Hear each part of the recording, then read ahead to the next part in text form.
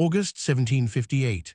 The forests of the Ohio Valley stand silent in the hours before dawn. This is not the peaceful silence of nature at rest. This is the silence of a land at war, a frontier caught between empires, where every shadow might conceal an enemy and every footstep could mean the difference between life and death. For 3 years, the French and Indian War has ravaged this territory. The British push westward, the French push back, and caught between these grinding imperial millstones are the people who have called these forests home for generations. The Lenape, the Delaware, a proud nation now forced to choose sides in a war that was never theirs. But this morning, in a small Delaware village nestled along a tributary of the Ohio River, no one yet knows that everything is about to change. That within hours, 500 armed men will be marching toward them, and that one young hunter, barely past boyhood, will make a decision that saves them all. This is not a story you'll find in most history books. It survives in oral traditions, in fragments of colonial correspondence, in the memories passed down through generations. But it is real, and it matters. Because sometimes history turns on a single moment, a single choice, a single shot. To understand what happened that August morning, you first need to understand the Delaware people, the Lenape, and how they came to be here in the Ohio Valley, far from their ancestral homelands.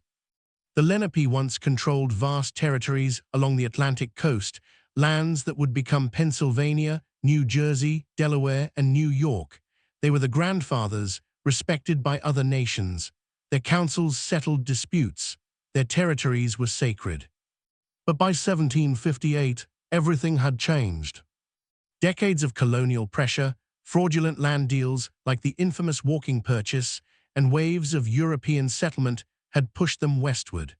The Lenape found themselves refugees in their own continent, seeking new homes in the Ohio Valley alongside the Shawnee, the Mingo, and other displaced nations.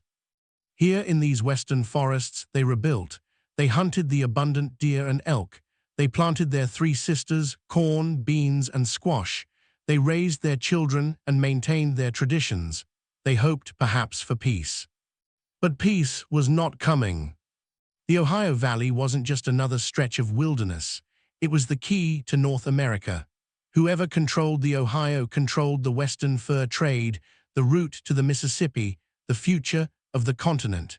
And in 1758, both Britain and France were willing to spill rivers of blood to claim it.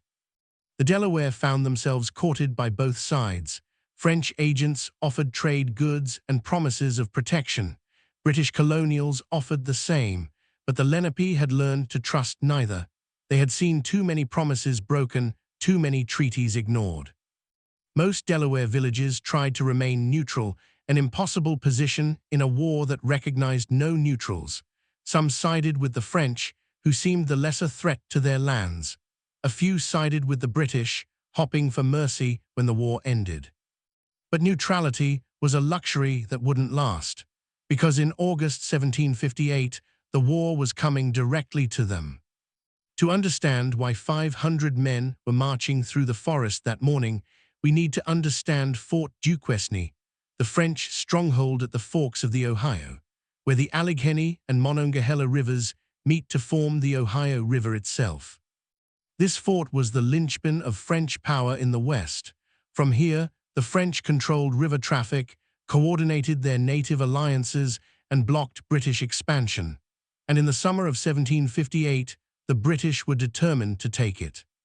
The campaign was commanded by General John Forbes, a Scottish veteran who was already dying of disease but refused to relinquish command. Forbes had assembled a massive army, nearly 7,000 men, colonials, British regulars, and allied native warriors. His plan was methodical: cut a road through the wilderness, build supply forts every 40 miles, advance slowly but surely toward Fort Duquesne. But Forbes needed information. He needed to know the land, the enemy positions, the location of French-allied villages that might threaten his supply lines. And so he sent out scouting parties, detachments of colonial rangers and native allies, tasked with mapping the territory and intimidating any villages that might support the French. One of these detachments, roughly 500 men, mostly colonial militia with a corps of provincial rangers and a handful of native guides, was now moving through the forests south of the French fort. Their mission was to scout, to intimidate, and if possible, to strike at any French-allied villages they encountered. The commander was a colonial officer, his name lost to history but his orders clear: suppress any hostile villages, gather intelligence, and return safely. He led men from Pennsylvania and Virginia, farmers and frontiersmen who had volunteered or been conscripted to fight in this wilderness war. They were well armed, they were numerous, and they believed themselves to be moving through territory where they had the advantage. They were wrong. Because they were being watched, every step of the way, unseen eyes tracked their progress. The forests that seemed empty were alive with watchers, Delaware scouts who knew every trail, every creek crossing, every place where the land itself could become a weapon. And on this particular morning, one of those scouts was a young hunter who was about to change everything. We don't know his name. The oral histories that preserve this story don't record it, or perhaps deliberately keep it sacred, known only to his descendants. But we know he was young, perhaps 16, perhaps 18. Old enough to hunt alone, young enough that he hadn't yet fully proven himself as a warrior. He was a hunter, not a fighter. In Delaware society, these were different roles, though the skills overlapped. A hunter needed patience, observation, the ability to move unseen and strike at the perfect moment. These were precisely the skills he would need that morning. He had left his village before dawn, as hunters did, seeking deer in their feeding grounds. His musket was a prized possession, a French trade gun, lighter and more reliable than the old weapons some still carried. He had powder and shot for perhaps 10 loads, but he hoped to use only one. Ammunition was precious, and a skilled hunter needed only a single shot for a clean kill. He knew these forests intimately. He had hunted here since childhood, learning from his father and uncles where the deer trails crossed, where the elk came to drink, where the turkey roosts could be found. This was his classroom, his proving ground, his home. But that morning, as he moved through the pre-dawn darkness, something felt wrong. The forest was too quiet. The birds that should have been singing their dawn chorus were silent. The squirrels that usually chattered in the oak trees were nowhere to be seen. Any experienced woodsman knows, when the forest goes quiet, there's a reason. Usually it means a predator, a bear, a catamount, something that makes the small creatures hide and fall silent. But this morning, the predator wasn't an animal. He saw them from a ridgeline as the first light of dawn began to filter through the trees. At first, just movement in the valley below, too organized to be animals, too numerous to be a hunting party. And then, as the light grew stronger, he saw them clearly. Hundreds of men, colonial soldiers in their mismatched uniforms, native allies in war paint, officers on horseback. The column stretched back into the forest as far as he could see, a snake of armed men winding through the valleys, heading directly toward his village. The young hunter felt his heart begin to race. He was alone, armed with a single musket, facing an army, and his family, his friends, everyone he loved, had no idea they were coming. What would you do in that moment? You're alone, watching an army march toward your home. You know that if you try to run back to warn your village, they might spot you, they might catch you, and even if you made it back, would there be time to evacuate, to organize a defense? The young hunter knew the distance. His village was perhaps 3 miles away, deeper in the forest. The colonial column was closer than that, maybe 2 miles out, moving steadily. If he ran, even taking the fastest trails, it would take him 20 minutes to reach his village. And then what? How long to wake everyone, to gather the warriors, to decide what to do? The column would be there in an hour, maybe less. He thought of his mother, his younger brothers and sisters, the elders who had taught him the stories of his people, the young woman he hoped to court when he had proven himself as a provider. All of them still sleeping, unaware that death was marching toward them through the morning mist. But he also thought like a hunter, and a hunter knows that sometimes the best way to change a situation isn't to run from it, it's to change the terms entirely. The colonial soldiers thought they were moving through empty forest. They thought they had the element of surprise. They were relaxed, talking among themselves, their rifles slung carelessly.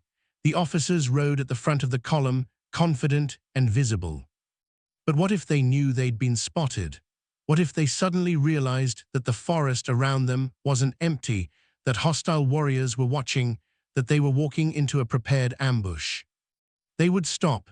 They would deploy into defensive positions. They would send out scouts. They would delay. And delay was all his village needed: time to wake, to arm themselves, to either flee or prepare a proper defense. One shot, if he could fire one well-placed shot, he could transform this surprise attack into a cautious approach. He could buy his people time. But it would also mean revealing himself.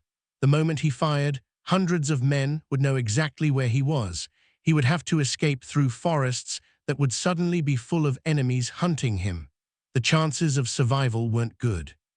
The young hunter made his choice. He was a hunter of the Lenape.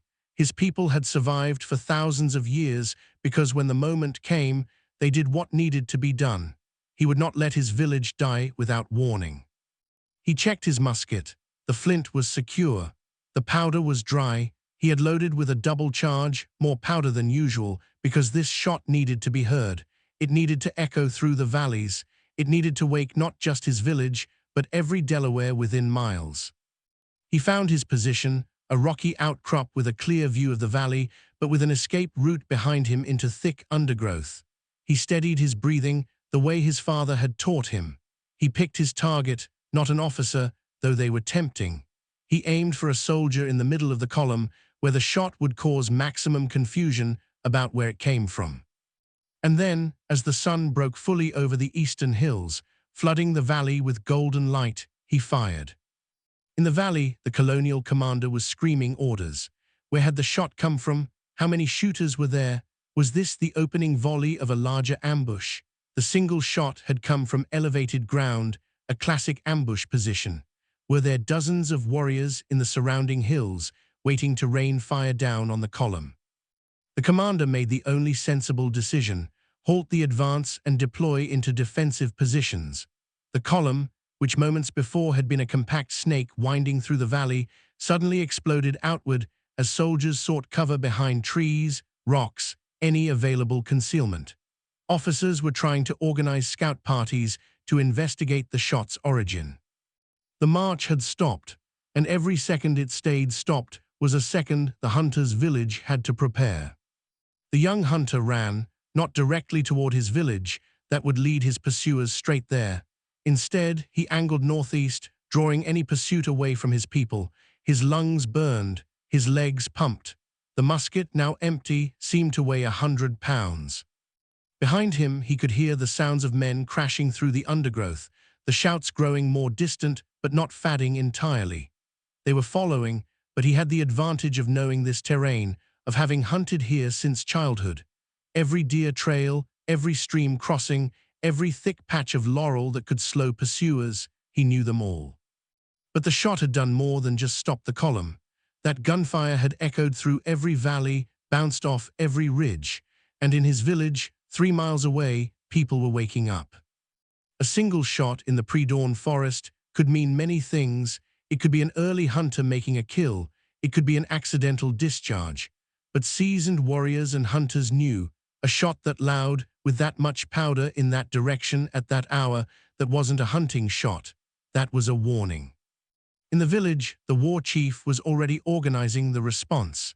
He was a veteran of many conflicts, a man whose body bore the scars of battles against the Iroquois, against colonial raiders, against all the enemies that the changing world had brought to his people.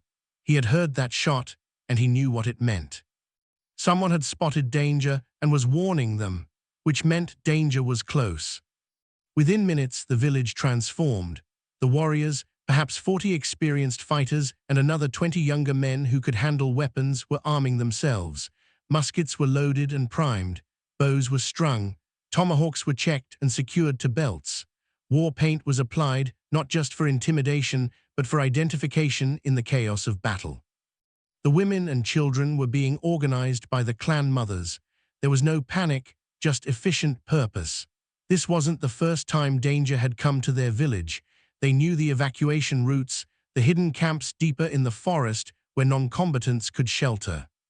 But the war chief made a crucial decision. They wouldn't just flee, not yet. First, they needed to know what they were facing. He sent out his own scouts, 3 experienced warriors who could move through the forest like ghosts. Their orders were simple: find out what was coming, how many, and how close, and find the young hunter who had fired the warning shot, because they needed to know exactly what he had seen. The scouts vanished into the forest. Behind them, the village continued its preparations. Defensive positions were being identified, places where a smaller force could ambush a larger one, where the forest's terrain gave advantages to those who knew it intimately. The war chief convened a quick council with the senior warriors and elders. The question before them was stark: do they fight or do they flee? If they fought, they would be outnumbered. Even if the warning shot had come from a scout who had seen a smaller raiding party, any colonial force would likely outnumber the village's warriors.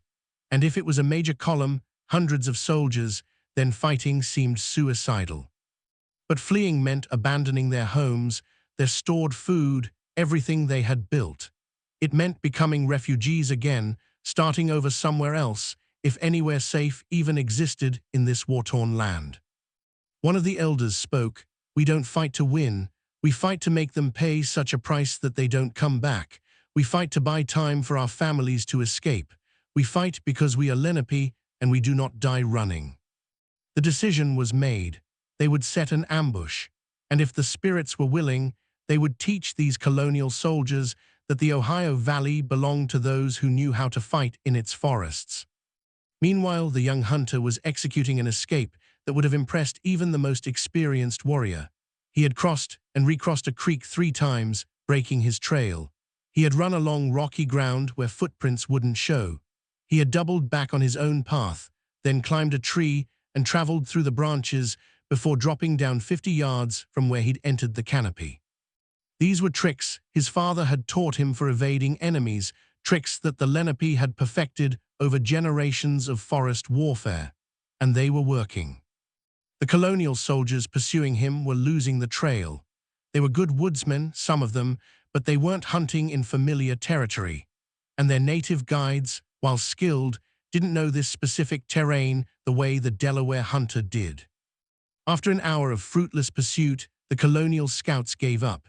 They reported back to their commander. One shooter, now fled, direction unknown, could be a lone hunter, could be a scout for a larger force. No way to tell. The damage was done, the surprise was lost, and the cautious advance that followed would give the Delaware exactly what they needed: time. The young hunter, now circling back toward his village through hidden paths, encountered one of the war chief's scouts. There was no time for celebration or relief. The scout needed information. What had he seen? How many? How far away? The hunter gasped out his report between breaths. 500 men, maybe more, colonial soldiers with native allies, 2 miles from the village when I fired, heading straight toward us. Officers on horseback. They're deployed now, moving carefully, but they're still coming. The scout's face hardened. 500 men. That was far worse than anyone had hoped, but at least now they knew what they were facing. When the young hunter finally reached his village, he found it transformed into a fort. Families were already evacuating, women, children, and elders streaming out along the hidden trails to the north, heading toward friendly villages deeper in the territory. The warriors remained, preparing an ambush that would be talked about for generations. The war chief gripped the young hunter's shoulder. "You did well," he said simply. Those 3 words carried more weight than any lengthy praise. "Now rest, you've earned it." But the young hunter shook his head. "I can still fight." The war chief studied him for a moment, then nodded. "Then fight, but stay with the older warriors. Learn from them. You've already proven your courage. Now prove your wisdom." The Delaware warriors were masters of forest warfare, a military tradition honed over centuries. They knew that in the forest, numbers mattered far less than positioning, surprise, and intimate knowledge of terrain, and they were about to prove it. The approach to their village ran through a natural bottleneck, a narrow valley with a creek running through it, steep wooded hillsides on either side. It was the obvious route for any force advancing from the direction of the colonial column, and it was a perfect killing ground. The warriors split into 3 groups. The largest group, perhaps 25 men, positioned themselves on the hillside overlooking the valley trail. They would deliver the initial volley, firing down into the column from cover. A second group of 10 warriors concealed themselves along the creek, ready to engage any soldiers who tried to cross the water for better cover. The final group, including the war chief and 5 experienced fighters, held back as a reserve, ready to reinforce wherever the battle turned or to cover the retreat if necessary. The young hunter was placed with the Creek group, paired with a veteran warrior named Nanamak who had fought in more battles than the young man had lived years. Every detail mattered. Sight lines were cleared of branches that might deflect bullets or arrows. Escape routes were identified and marked. The warriors positioned their powder horns and shot where they could reload quickly. Those with bows kept them unstrung until the last moment, protecting the weapon from morning moisture. Nanamak showed the young hunter how to position himself behind a fallen log with a clear view of the trail, but with the cover of thick laurel behind him. First shot, aim for officers or sergeants, the ones giving orders. After that, aim for anyone trying to organize a charge. Make them afraid to lead. Make them afraid to attack. Fear is our ally in this. And then they waited. This was perhaps the hardest part. The stillness, the silence, the discipline to remain absolutely motionless as insects crawled across your skin, as your muscles began to ache from holding position, as the sun climbed higher and the morning grew warm. The young hunter focused on his breathing the way he did when hunting deer. Slow, controlled, calm, he had done something extraordinary already today. He had warned his people. He had saved them. But now came the harder part, the waiting and then the violence that would follow. From the forest below, faint sounds began to reach them. The clink of metal on metal, the occasional cough or muttered conversation. The colonial column was approaching, cautiously now, scouts out ahead, but still advancing. They were walking into the trap. The first colonial scouts entered the kill zone just after mid-morning. They moved carefully, weapons ready, eyes scanning the forest, but they were looking for obvious threats, warriors standing in plain sight, defensive positions around the village itself.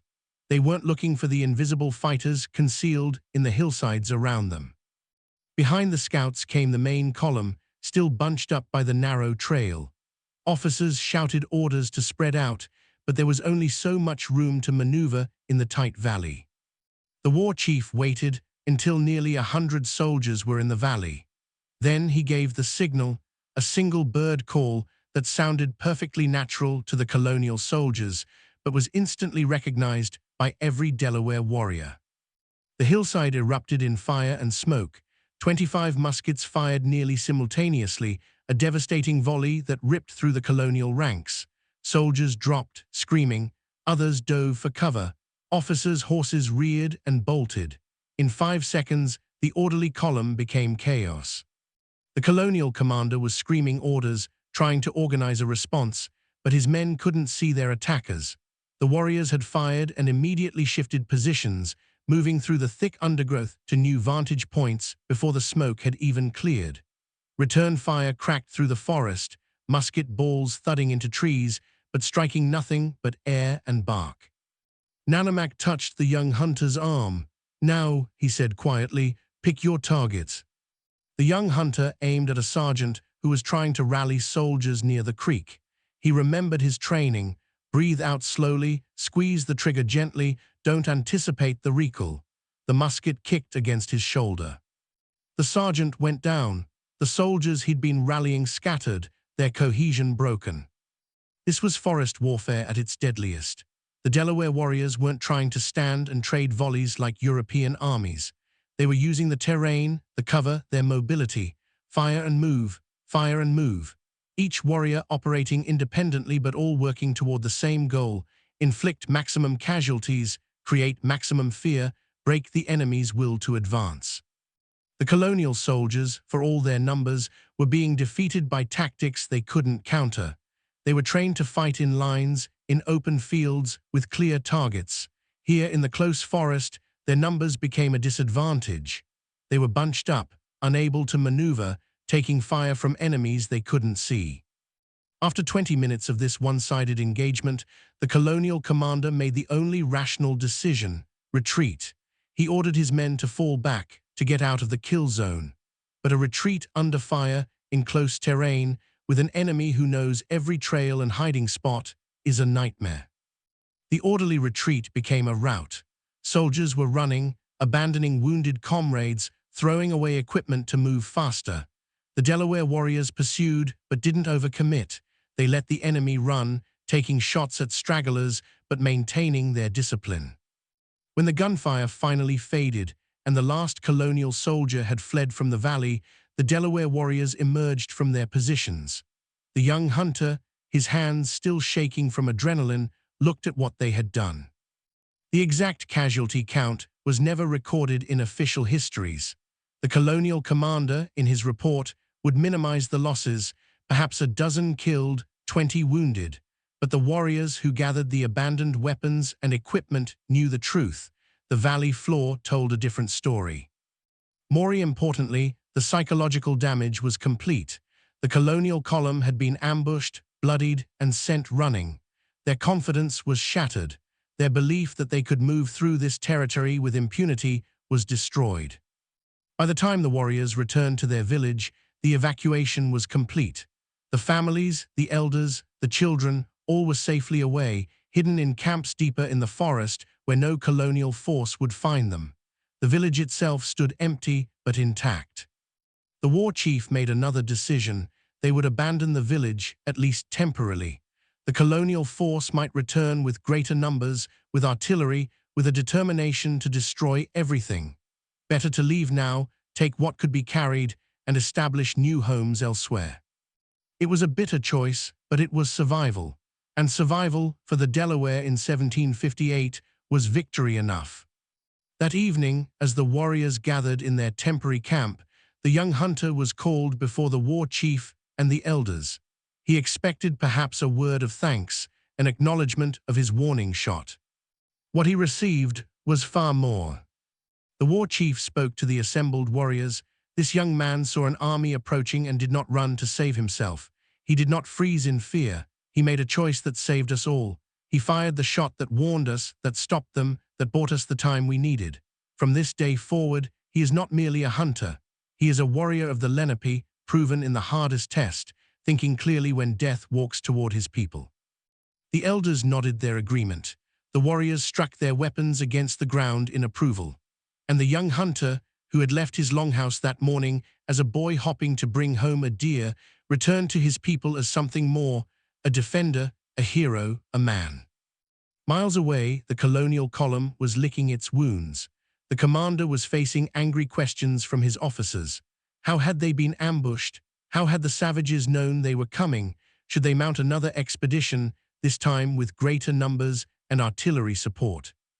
But the truth was settling in. This territory wasn't theirs to take easily. Every village, every trail, every valley could hide enemies who knew the land far better than any colonial scout. The Ohio Valley wasn't going to be conquered by marching through it with superior numbers. It would require a different approach, or it would swallow every army they sent. In the larger context of the war, this small ambush barely registered. The campaign against Fort Duquesne would continue. Forbes' army would eventually reach the fort, only to find it abandoned and burned by the French, who could no longer supply or defend it. The British would build Fort Pitt on the same spot, claiming the Ohio Valley as their own. But claiming it and controlling it were two different things. The Delaware, the Shawnee, the Mingo, and their allies would continue to resist for years. The victories would be small, tactical, often forgotten by historians, but each one mattered. Each one preserved lives, bought time, maintained resistance. The young hunter's shot was one of hundreds of such moments, small acts of courage and quick thinking that shaped the war in ways no general's strategy could predict. The story would be told and retold around Delaware fires for generations. It would be embellished in some tellings, simplified in others, but the core would remain. A young hunter who saw danger coming and did what needed to be done. One shot that saved a village. One moment of courage that changed everything. The colonial records barely mention it. A skirmish, a minor delay in the campaign, casualties within acceptable ranges. But for the Delaware families who survived because of that warning shot, it was everything. It was the difference between life and death, between preservation and destruction. The young hunter's story is important not because it was unique, but because it was representative. Across the Ohio Valley, across the entire frontier, similar stories played out hundreds of times. Native warriors and scouts using intimate knowledge of terrain, superior tactics, and extraordinary courage to resist forces that vastly outnumbered them. These weren't the battles that made it into the history books. There were no paintings of them commissioned by wealthy patrons, no monuments were erected, but they mattered immensely to the people who lived through them. The Delaware and their allies couldn't stop the tide of colonial expansion. That much was inevitable, given the population imbalances and the resources the British could bring to bear. By the end of the French and Indian War in 1763, the Ohio Valley was nominally British territory. But the resistance continued. Pontiac's War erupted in 1763, a massive native uprising that captured every British fort in the region except for Fort Pitt and Detroit. The Delaware was central to this resistance. They had learned from every ambush, every battle, every tactical victory like the one the young hunter had helped achieve. The Delaware would eventually be pushed out of the Ohio Valley entirely. By the 1790s, most had moved westward into Indiana and beyond, then to Missouri, then to Kansas, finally to Oklahoma. Each move was another dispossession, another forced migration. But they survived. The Lenape people survive today, maintaining their culture, their language, their stories. The story of the young hunter who saved his village is part of that survival, a reminder that their ancestors were not passive victims of history, but active agents who fought brilliantly and courageously for their homes and families. When we tell this story today, we're not just recounting an interesting historical anecdote. We are recognizing that the history of colonial America was written in moments like these, moments when individual courage changed outcomes, when tactical brilliance overcame numerical superiority, when people facing impossible odds chose to fight anyway. The young hunter, whose name we don't know, made a choice that echoed through his community's history. That single shot, timed perfectly, placed strategically, fired with the kind of courage that transcends age or experience, saved lives. It preserved families. It bought time for resistance to continue. If you walk through the forests of the Ohio Valley today, there are no markers for battles like this one.